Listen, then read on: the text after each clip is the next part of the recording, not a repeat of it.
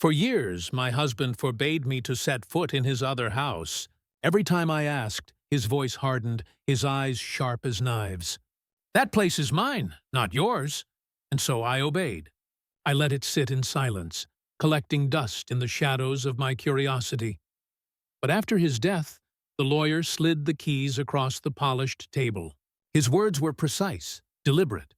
"It's yours now. Look for his secret." The weight of metal pressed into my palm, cold, heavy, final. And when I finally turned the key and pushed the door open, I froze. Inside was a life I was never meant to see.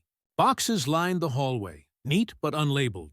The scent of stale perfume clung to the air, sweet, artificial, lingering like a lie.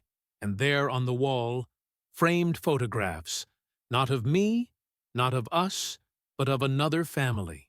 A woman, younger, painted lips, and a rehearsed smile. A boy, his son, my husband's son. The resemblance was undeniable. His eyes, his jaw, his betrayal carved into the boy's face like a brand. My throat burned, but I did not scream. I did not weep.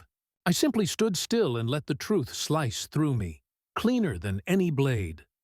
I remember the first time I met him. He was charming, deliberate, dangerous in the way fire is. Beautiful until it burns you. He promised me everything: a home, devotion, a life no one could shatter. And for years, I believed him. I built my life around his rules, obeyed his silences, ignored the cracks in his stories. But love blinds, and blindness costs. The first clue came on a Tuesday. He smelled of roses, though our home carried none. Then came the late nights, the unexplained trips, receipts hidden deep in his wallet, one lipstick stain too red to belong to me. I asked once, just once. His answer was cruel, laced with contempt. "You're imagining things." So I stopped asking. Instead, I started watching.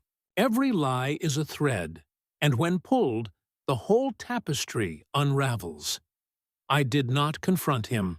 That would have been mercy. I let him continue, oblivious to the quiet war I had begun. While he played house in his other life, I studied bank accounts, property records, contracts.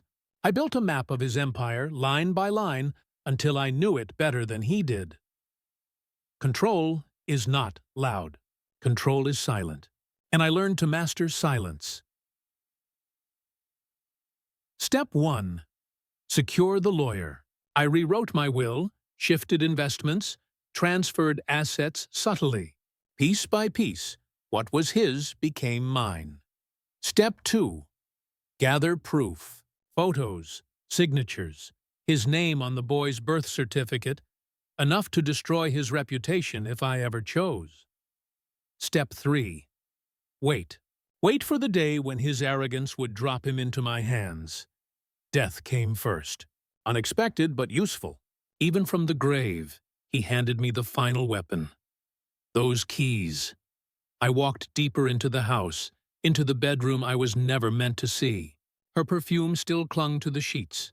In the closet, his suits, his shirts, duplicates of the life he lived with me. Two worlds, identical yet divided.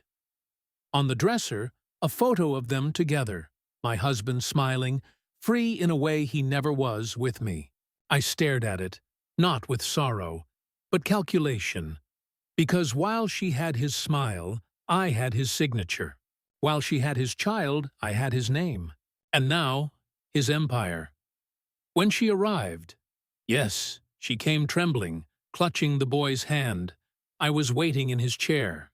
Her voice cracked, desperate. "This house, it's ours." I smiled, steady, unshaken. "No, it's mine." The lawyer's letter was clear. Every brick, every coin, every secret legally bound to me. Her face drained as she realized she was nothing more than a shadow, a mistress with no claim. Her son, illegitimate, forgotten by the law. He never bent in her favor. I let her rage, let her beg, let her break. And then I gave her the final truth. He loved neither of us. But he left me the weapons. You! He left with nothing. Her silence was the sweetest victory. I walked out of that house lighter than I had entered. Not because I had won, but because I had ended the war I never asked for. He thought he had hidden everything from me. He thought his rules, his forbiddance, his lies would shield his secrets forever. But death is a poor locksmith, and keys always find their rightful hand. I locked the door behind me, and for the first time in years, I smiled. Not the smile of a wife, not the smile of a victim, but the smile of a woman who had taken back everything she was owed. Justice is not loud. Justice is silent. And in silence, I finally breathed.